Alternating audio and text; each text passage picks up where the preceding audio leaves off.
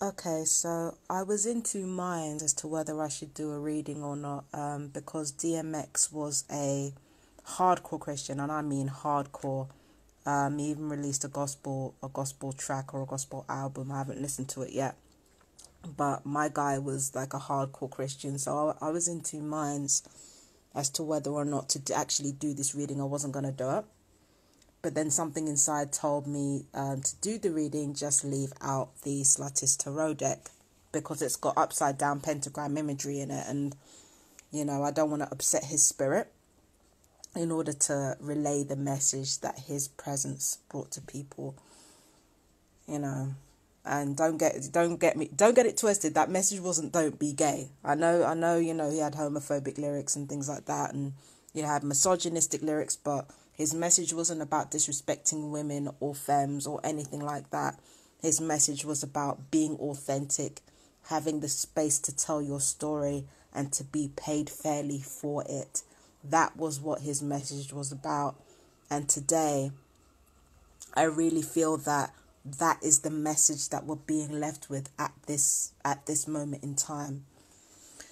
So, the Star card. Look to the future with hope and optimism. The power of faith to move mountains. Happy changes that bring relief from challenging times. So I also saw the same thing with, which card was it? Peaceful resolution. No, I saw happy changes. Yeah, here we go. So we're already seeing happy changes down here, right? So already we see that DMX was a person who lived out his passions, whether we approved of them or not, whether they were actually good for him or not. He was a man who lived by his passions and lived by his word. So the first thing to take away from this is to find hope and find faith in your true self, not the self everybody else wants you to be, not the self that people try to censor. You have to find hope and find faith in yourself. When you do, the changes that you so desire, they do come around for you. I mean, I've experienced this myself. Like when I stopped trying to be someone I wasn't, my life opened up in ways that I didn't think that they would open up in. And with this down here, the Prince of Summer, romantic, captivating, dramatic, flirtatious, falling in love suddenly, being swept off your feet, the need to stay grounded during a very emotional experience. You see, what DMX ultimately lacked was grounding. And like a typical key to dominant sign, he thought that the key to his grounding would be to root himself in something spiritual or a political ideal. What we're ultimately talking about here is a man who was pulled in one direction. He felt himself being pulled in one direction, so he wanted to go into another direction. But both those directions reinforced core facets of who he was. So the gun running and stuff like that, not gun running, but the violence, the sort of, the baseball bats, the Rough Riders, taking people on, and then his Christian faith, it seemed like they were at odds with one another, but really they weren't, because both of those sides of himself honored core facets of who he was as a person and who he was as an individual. And that's what made him so powerful. It was the fact that both of those sides of him expressed who he actually was. Where he had a problem was the problem that a lot of key to dominant people experience, because with the exception of Maga, which DMX's moon was, his moon was Maga, right? With the exception of that, the key to dominant signs have a Vata dosha, which is basically an air dosha. That is very nerve orientated. It's very scattered. It's very sort of high energy, and you struggle to find a place to put your energy. You know, like I said, the masculine dominant key 2 signs, like, they have more trouble with this than the females do, because females are naturally water anyway, right? So we have like a little bit less frenetic sort of like energy in comparison to, you know, femmes and feminine women in comparison to masculine men. We don't have that problem. We do, but to a lesser degree. So it won't surprise you to know that DMX had mental health issues because of his kind of inability to ground himself. And what we see here, because the thing is, before I even looked into his romantic history, the thing I got for this was that he was all over the place when it came to women. And yeah, he was married to, please forgive me if I got her name wrong, because I looked it up before I started this video. TASHERA Simmons, I think that's her name. He was married to her for 11 years. And yeah, he had, you know, he had, TASHERA Simmons, yeah.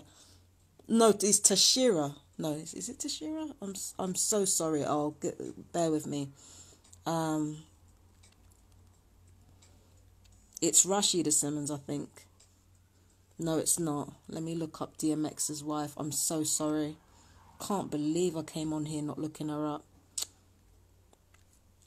Wife. If we look up DMX's wife, what was her name? Her name is TASHERA. It's not TASHERA, it's TASHERA. TASHERA Simmons, he was married to her for 11 years, and yeah, he had like nine different women he was with, and he had 15, like towards the end of his life, he had 15 children. So as much as I want to say that, you know, we shouldn't bring his personal life into it, it kind of shows that when it came to his emotions, there wasn't really much grounding. Because I'd be willing to bet that behind his really tough image, and this is always the case, is a very sensitive person who, like, you know, and that was obvious. It was kind of obvious to everybody but X in a way that he was a lot more sensitive than he let on. And I feel like the reason why he was with a lot of these women was because he needed that emotional grounding, and he didn't get it. Even with somebody that he truly loved, that he was married to. So he needed emotional grounding. Like he needed a bit more Saturnian influence in his life. But knowing a Saturnian dominant female, they probably wouldn't have grounded him like that. They probably would have been like, okay, I can put up with this so long as you help me make other people happy. So he needed a sort of restraining influence in his life that was kind of like, no, we don't put up with that behavior here. I don't know if he got that or not. But what I do know is that he was very emotionally driven, like, throughout his life. And what we need to take away from DMX's life is that it's okay to find your bliss, and it's okay to find that thing that makes you happy, but you've got to find other ways to ground yourself rather than trying to look for anything external that validates, because the same thing that makes you authentic, sometimes your authenticity is your sickness as well as your health. So sometimes the same thing that you find refuge in, like with Christianity or the streets, and you find the commonality in between those things, sometimes those things don't just augment your better qualities, sometimes they augment your worse ones. And you know, in the Christian faith, you know how some of these men get down in the Christian faith. And I'm not even just men. You know how some people get down in the Christian faith. You know, the notorious stories about like, I'm not saying pastors cheat or deacons cheat or nothing like that. I'm just saying that you know the reputation of the church. So in whatever direction DMX was leaning in, it would have given weight and power behind his authenticity. But as much as it would have fueled his better nature, it would have fueled his weaknesses as well. And, you know, his core weaknesses. I'm not talking about drugs, because the Christian faith, they don't believe in drugs. So yeah, ultimately what we learned from DMX already, and these are just the two cards that popped out.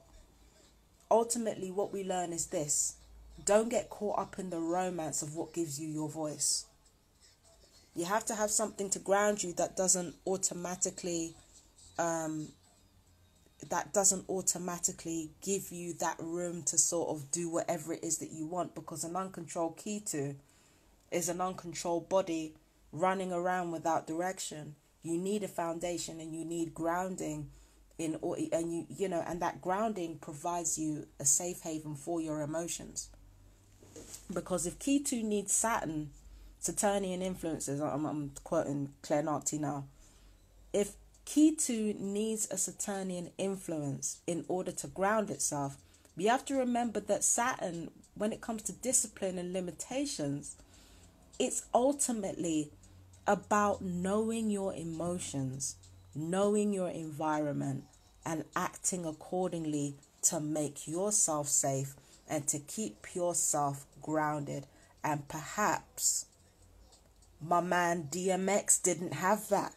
You understand? So we've got the hope of, we've got the hope of our talents giving us our voice, and we should trust that voice.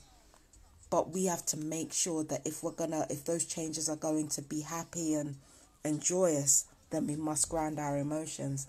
And that comes with discipline, that comes with limitations.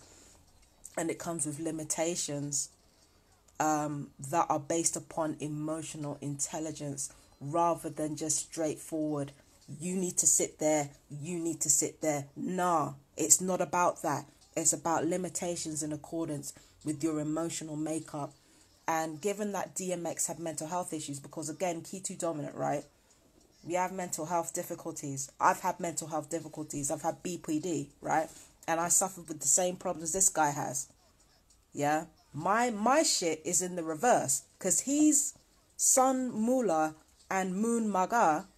I am Sun Maga and Moon Mula. So we both got the same issues. So I can relate to that need to sort of ground and control your emotions and shit. And he didn't really get a lot of that, which is why when these fuckers from the music industry eventually came for him, as hard as he was fighting, it's like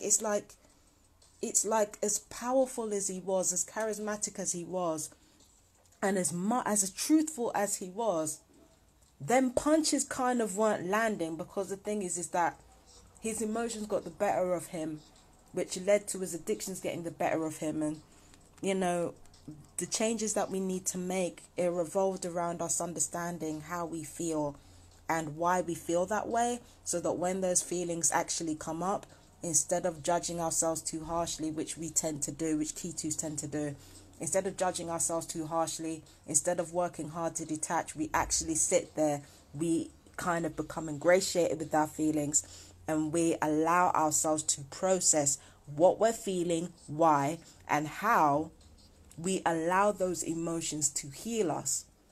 Not how we heal those emotions. How we allow those emotions to heal us.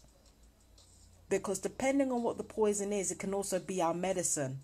And the mistake that we continuously make as Ketu dominant people, because remember, we're coming out of Mercury, right? And Mercury is all about taking a little bit of like mental knowledge, a little bit of facts and figures here and there, and then adding emotional weight to it. That's why so many Mercury people have geniuses. I call it the planet of mediocrity, because at the start, Mercury doesn't have a lot of, Mercury don't act on a lot of information. We act like we do, but we don't actually act on that much information.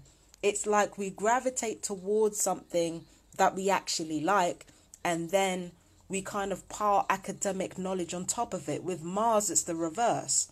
We take something that we know is a reasonable fact of life, we take common sense, logic and reason, and then we pile fucking like primal instinct and passion on top of it to make it stick. Irrational behavior to make it stick. But Mercury is the opposite. We take our passions and then we pile reason on top of that, and then we act as if it's fact. But Mars does the opposite. Mars does the opposite. So as Ketu dominant people, we're coming out of Mercury. We're coming out of that space of being led by our emotions.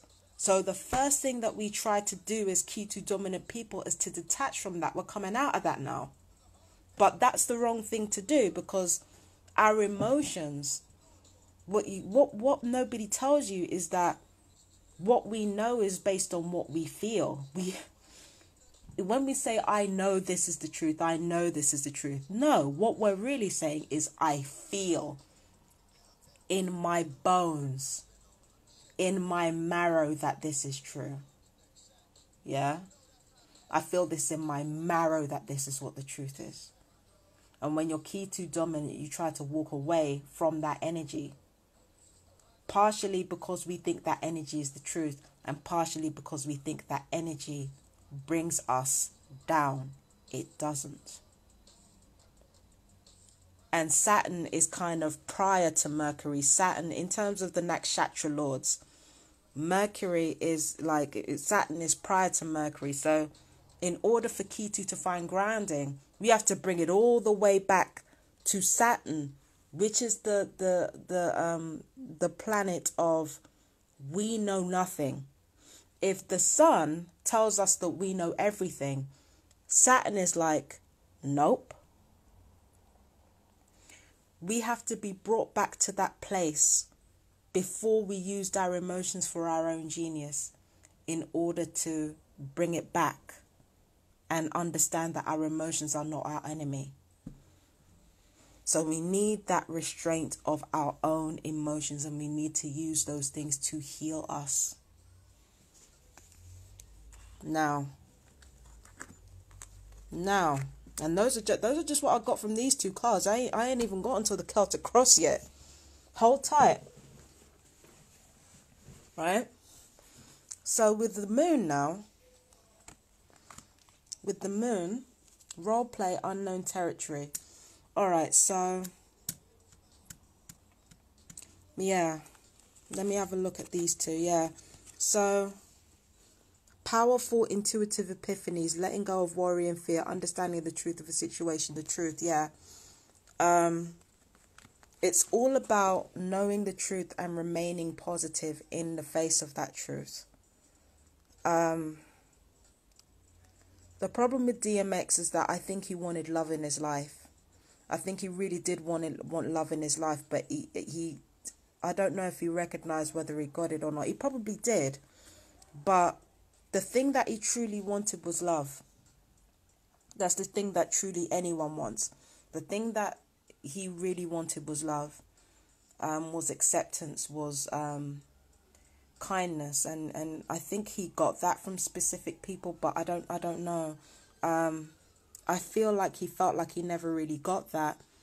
And the moon talks about hidden enemies. In his life, there were hidden enemies everywhere. The people that, he thought they were his friends and then turned out to be part of the problem. I think that we don't know all of who DMX's enemies are. I think there's a lot more to DMX's story than people are letting on, because, people are just way too willing to sort of chuck that under the rug and say addictions, violence. Nah, something was going on. And then another thing they do with all celebrities, that they whore out and they abuse and they fucking traffic. A lot of what they do to celebrities who go off the rails and who try to free themselves from the trafficking that they're embroiled in, the first place that we look, or the first place that we're told to look, is with the parents. It's buck passing. Because I'm not being funny. Why would somebody have drug issues now, addictions now, and things like that, unless it was being enabled? Why would somebody continue with the behaviors that were abusive to them if they weren't surrounded by abusive people? Let me use myself as an example. I was in London going off the fucking rails. Now, over here I went off the fucking rails as well. But check the difference between what happens when I'm around people and when I'm not around people. Look back at my videos and look at the difference between London Fabian and Brighton Fabian. Check the difference between hostel Fabian and hotel Fabian. Notice the differences there. How the fuck am I going to turn around and blame my parents for those differences? You understand? He had hidden enemies everywhere. And now them hidden enemies are saying how sad his death is and this, that, and that. Shut the fuck up, man. I guarantee you a lot of the people talking were involved in his death in one way or the other, and now they're trying to mourn his death like they didn't know what was going on. If you're in the industry, you know what the fuck is going on. You could have helped him, and you chose not to. The rest of us could have listened to him, and we chose not to. Don't turn around and say that this is about his fucking addictions. Don't turn around and try that shit. We knew what was going on. Everybody knew what was going on. We chose to ignore it because we were scared of what we would lose if we listened to him. Stop it. You know exactly what happened. And this card right here is telling me that some bullshit fuckery was going on there. Something was going on there. There's no way in hell. Are you gonna fucking tell me you didn't know what was going on? Remain positive. You see, this is what... You see, this is why this card is under right here. Because it's like we do have hidden enemies all around us. Not just in our own subconscious, but in the manifestations of our subconscious. And in the face of that, we have to remain positive. We have to remember the good in ourselves, most of all, because the moon is to do with our subconscious. And if we see that as our enemy, if we push to the background everything that we don't like about ourselves, they will manifest themselves in the hidden enemies around us that try to sabotage us. And that's how we get caught short. So do not push away your subconscious. Become acquainted with it in whatever way that you can. And I know it leads to some wacky shit. I'm not going to lie to you. But if you become ingratiated with that part of yourself that you try to ignore, you can fight like DMX fought, and you can fight. Your punches can land because you know who you are. I mean, DMX knew who he was to a certain extent, but all his addictions and all that stuff with it came from him trying to fight with the darker part of himself. And that's a problem that a lot of Key2 dominant masculine energies have. Key2 dominant femmes have it too, but it's like to a lesser degree.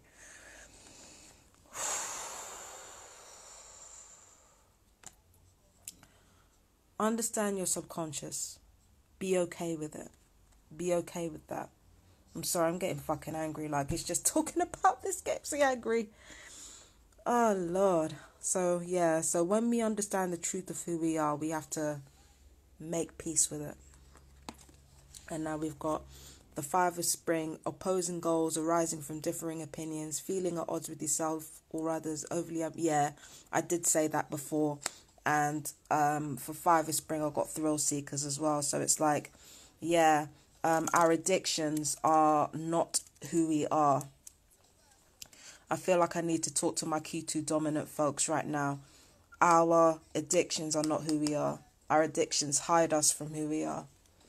And they hide our traumas. They hide all the ugly things that we went through. They hide how we feel about ourselves. They hide a lot. So our addictions are not who we are. We seek thrills. In my case, I'm addicted to food and I'm codependent. So I said to my ex yesterday, he's not one of my musician exes, but he's an ex of mine. And I said to him that, you use your alone time to kind of escape. You escape through running away from people, and I escape through running towards them because my addiction is codependence, and food, right? Well, those are two of my addictions anyway. I've got several. They're just not drugs. It's just not drugs or drink, like, ironically. So it's like your addictions are not who you are. They are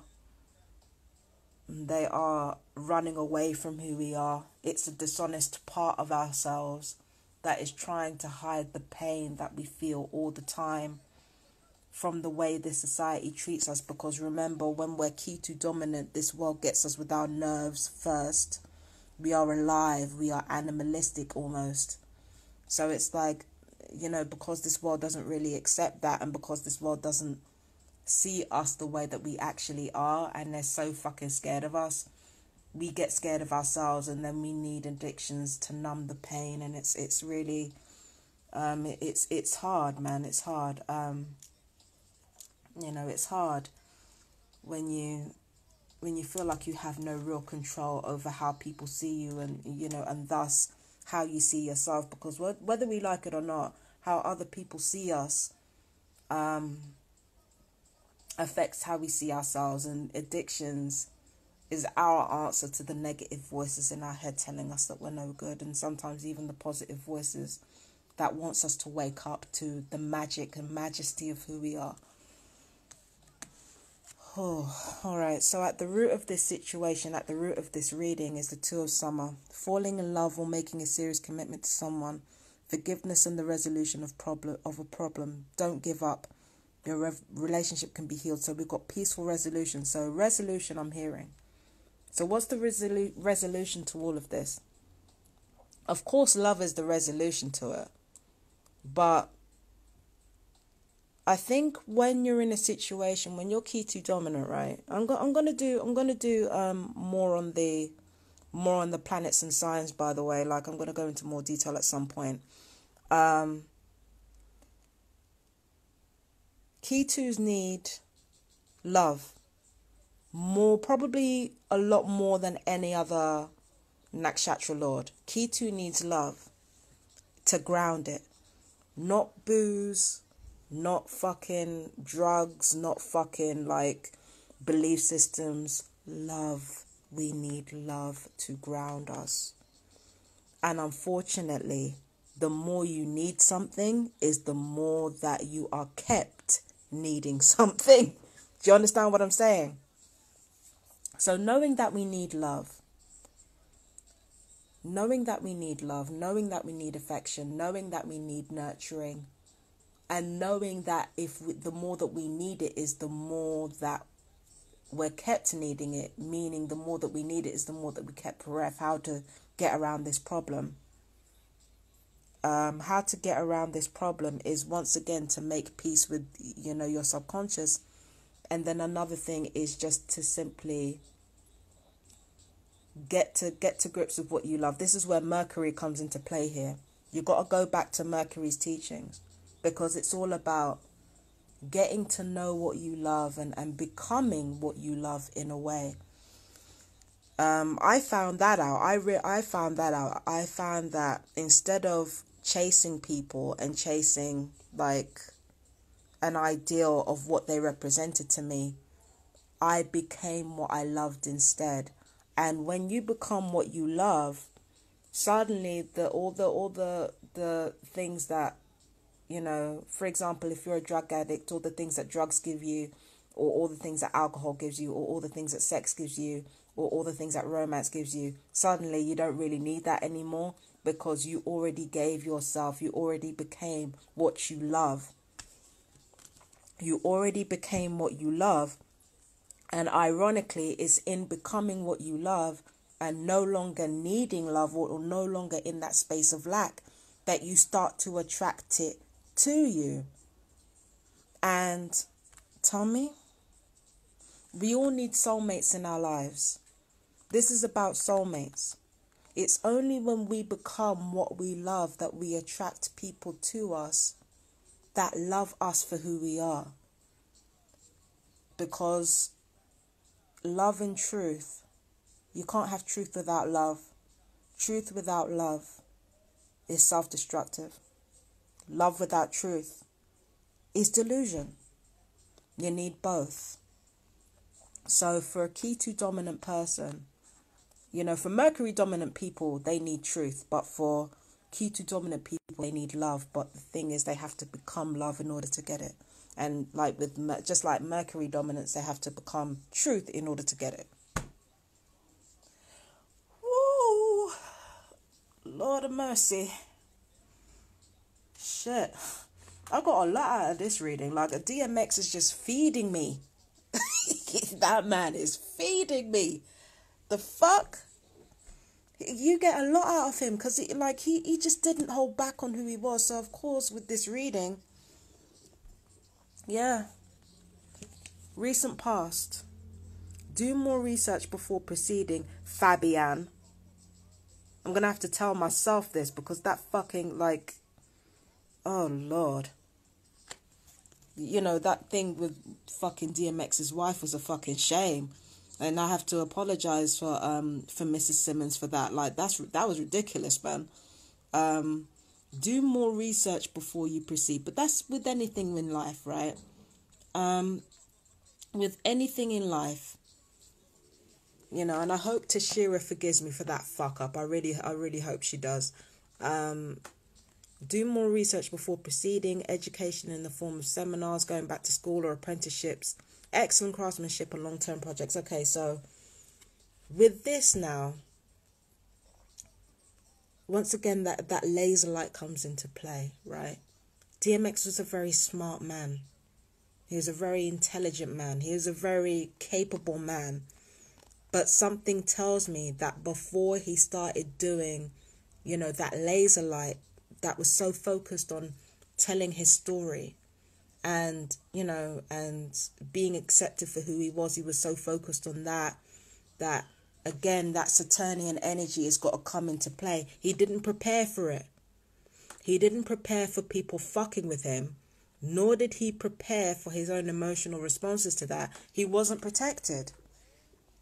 So it's really, really important and vital for you to understand the den that you're walking into before you walk into it. I did the same thing too, because remember, emotional grounding is not our strong suit.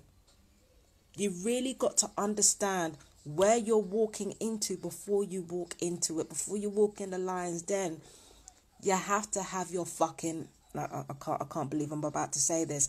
Before you walk into the lion's den, you got to have a weapon ready. Because if you don't know what lions are like, if you don't arm yourself with knowing the behavior of lions or knowing how that works, if you don't arm yourself, you're really going to fuck yourself up and get yourself killed, right? Like, at most optimistic, you'll lose a limb. So with the music industry and with any industry that you're in that revolves around doing what you love, I have to do this as well with the Real Justice Tarot, because people be out here just... Nah, I'm not going to go into that. But, like, I've got to protect myself from these bigger tarot readers because they're ready to snatch up my shit at a moment's notice without giving me credit. So, you know, I'm not saying anybody's doing it now, but I can feel it being done to me. So it's like this, I'm telling myself this too. You've got to do your research on the industry that you are in before you jump into it.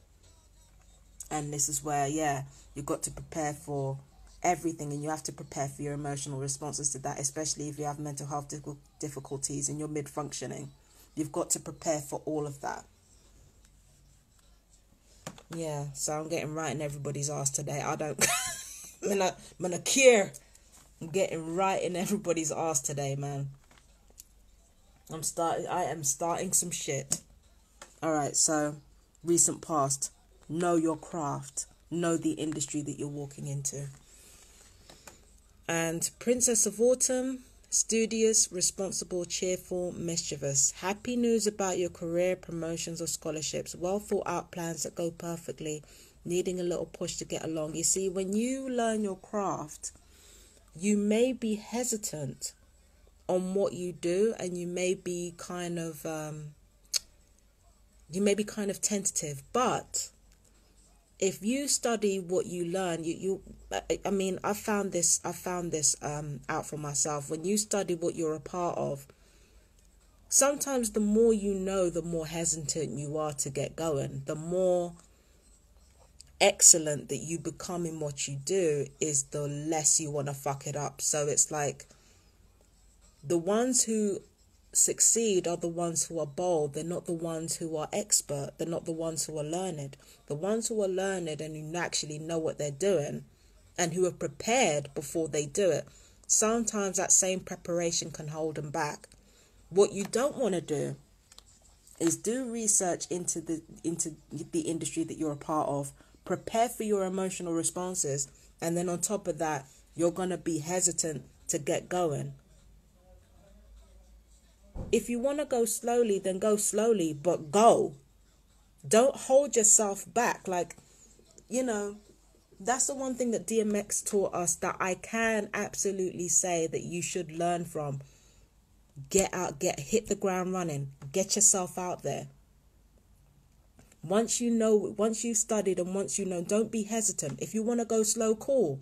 Go slow, but go. And patience is key. You have that on your side. So don't be afraid of your knowledge. Don't be afraid of what you have to offer. Hit the ground running. Galang. You understand? Now, with the sun, near future, plans that work out perfectly. We've been here before, haven't we? Well thought out plans that go perfectly. Plans that work out perfectly. Amazing ideas that lead to rewards and commendations. Gratitude for the blessings of life. So, yes, when you actually know your industry, you are going to find that things become a hell of a lot simpler all around you. Preparation and love, like I said before, simplifies a lot of shit. Okay? Preparation and love, they simplify a lot of shit. So when you do all of these things here, you will find that, yes, unsurprisingly, things turn out well. Your career starts in earnest. You get going with a sort of, you know, it's very comfortable. You very comfortably hit your stride. You're new in this game. You know exactly what you're doing. And there are signs along the way that point towards your blessings. You find that spirit is naturally helping you along your way in a way that feels comfortable. And before you know it, you've really hit your stride and you're making money out here, making moves, making connections because you've done your research. And now all the plans that you've made because of that research, it's turned out extremely well for you. So know what you're getting into before you're getting into it. And it, you know, don't be surprised when it turns out well. Be surprised if it doesn't. Because 9 times out of 10, people who are prepared and love the process, they succeed. They succeed and they master themselves in the process. Okay? So now down here we've got 2 of Wands. And we've got abundance. You see, this is exactly what I'm saying. And, you know, we got ideas meeting opposition. I did say that as a smaller tarot reader and as somebody like who knows a lot of shit, even though I don't express it in a way that's, you know, that's like how normal tarot readers express it. If my ideas haven't been stolen already or haven't met opposition, then they most likely will be.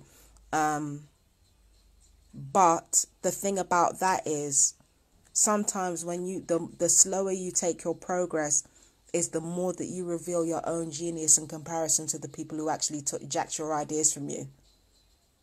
And when it comes to this now, a bright future manifested through hard work and creativity, partnering with others who share your dreams, great progress being made, abundance. So the kind of people you want around you,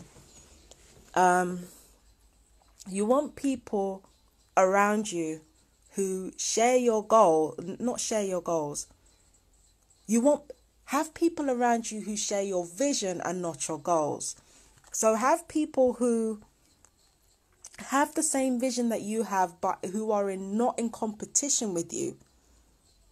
Have somebody with mutual causes who want the same things that you want, but are quite comfortable in going about getting it in their own way. And it says partnering with others who share your dreams. Yeah. I can't believe I'm about to say this, but it's actually the opposition that might actually get you ahead.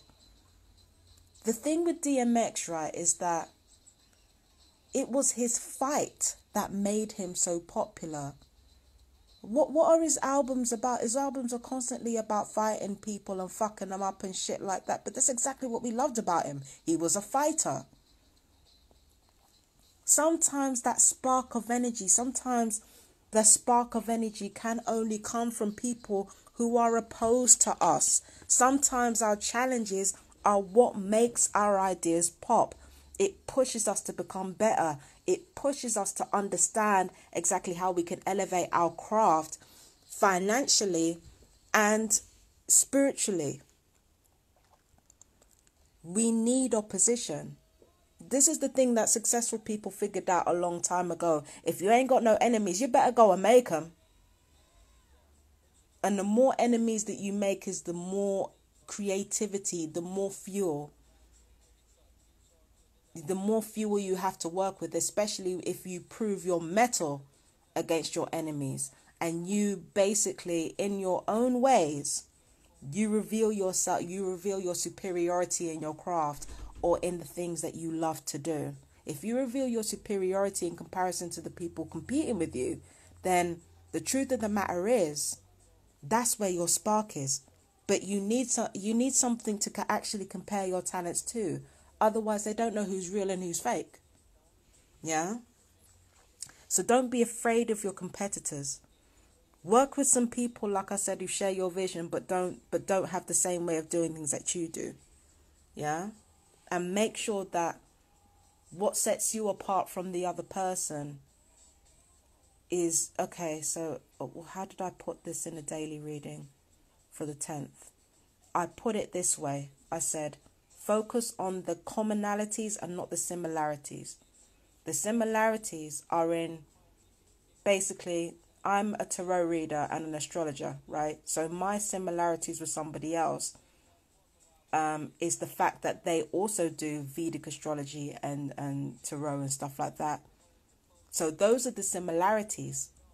The commonalities are in, you know, those are the commonalities. The similarities would be in the type of readings that we do, and in the type of astrology that we do. Those would be similarities. The commonalities are with the tarot readings and the astrology in general. So focus on commonalities and not similarities, and also find a way to uniquely put your own unique spin on what you're doing and find a way to make that sell or make that pop. Because at the end of the day, when I give you guys readings or I sing, I'm not giving you a reading. I'm not giving you my voice. I'm giving you me. DMX gave us him. That's what gives his creativity his power, because it was him. It was always him. It was nobody but him. It wasn't the industry. It wasn't nobody else. It was him. So that's what gives DMX his power. It's the fact that it is him that we're listening to. Not his music, him. So with this environment that we have around us, information that can help you, but which may also be difficult to hear. Yeah, it's true. Speaking the truth with kindness, an indigo child or adult, inquisitive, truthful, realistic, undiplomatic. So this is this reading in a nutshell. I didn't pull any punches with this. It was like, and neither did DMX. DMX didn't pull any punches. And he may have been surrounded by people who revealed who they truly were in front of him, taking for granted that he wouldn't be able to... I'm going to change this.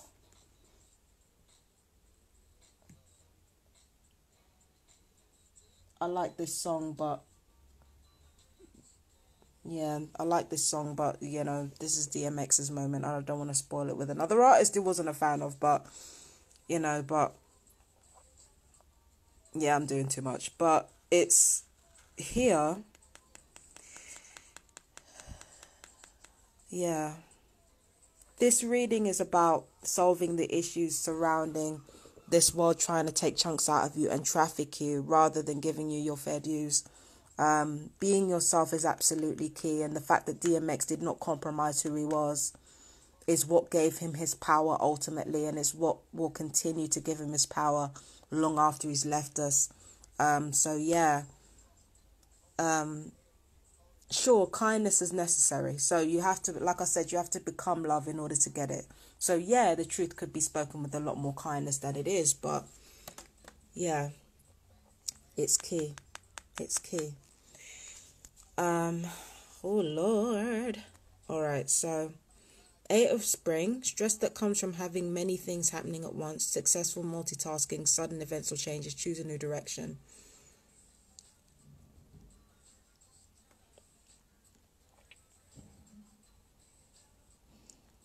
Not everything that we enjoy is good for us. What we want to be careful of is when we are happy, that happiness does not intrude on other people's boundaries, that it does not intrude on our health, that it does not intrude on our well-being. We want to make sure that when we are doing what we love and being around the people that, like I said, we become the things that we love in order to avoid the drawbacks of codependency. What we expect from all the hard work that we've done is that we are going to do what we love. We're right to expect that, but be careful that all the things that you love are actually healthy for you, and if not, eradicate all those things that you love that are not good for you. You understand? Choose a new direction if the one that you're on isn't both truthful and joyful and healthy. And with that in mind, we come to the very last card. I should do the bottom of the deck, but this came from the bottom of the deck, so that's not necessary. Positive changes are on their way. A welcome relief from troubled times, traveling or relocating a year from now. All right, so how do I read this in relation to DMX? Happier times are ahead. I feel like,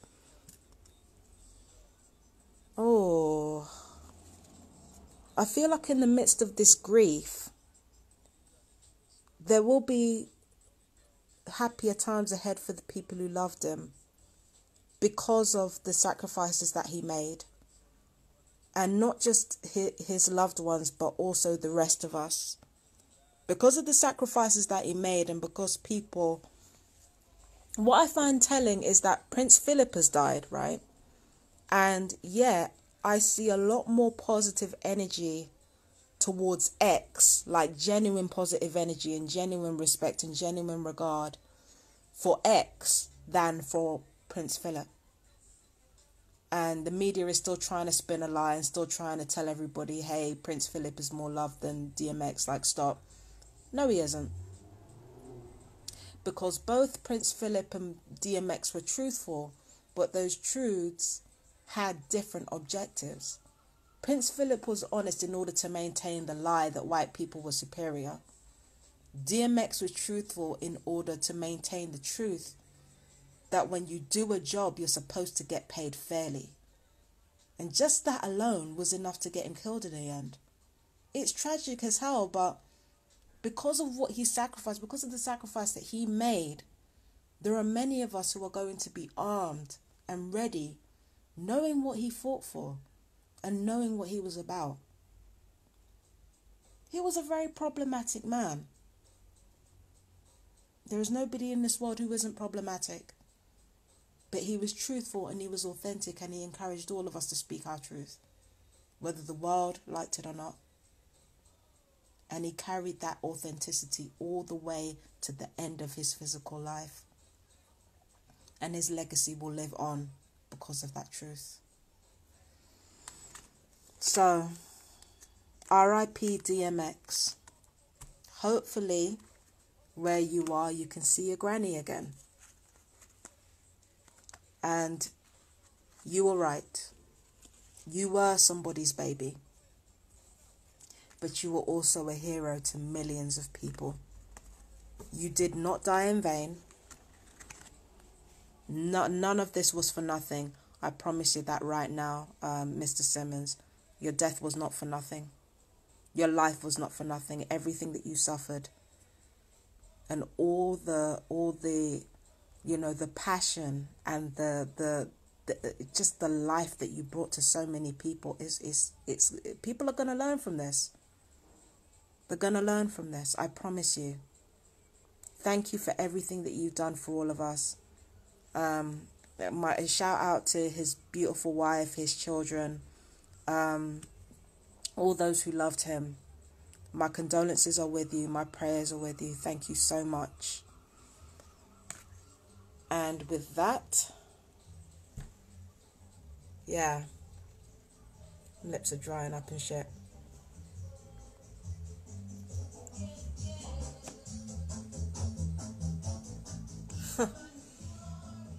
There was a lot of that, you know, as the day heats up and lockdown kind of comes to, you know, relaxing, there's going to be a lot more people out. So, thank you, DMX. Rest in power. You're an ancestor now. We can take it from here. And as for the rest of you, thank you for being with me through this reading. I love you guys. Now it's time for me to get outside because I'm having a manic episode from being in one place for too long. I need to go outside. So, I love you guys. Take care. Peace and blessings. Empress Justice out.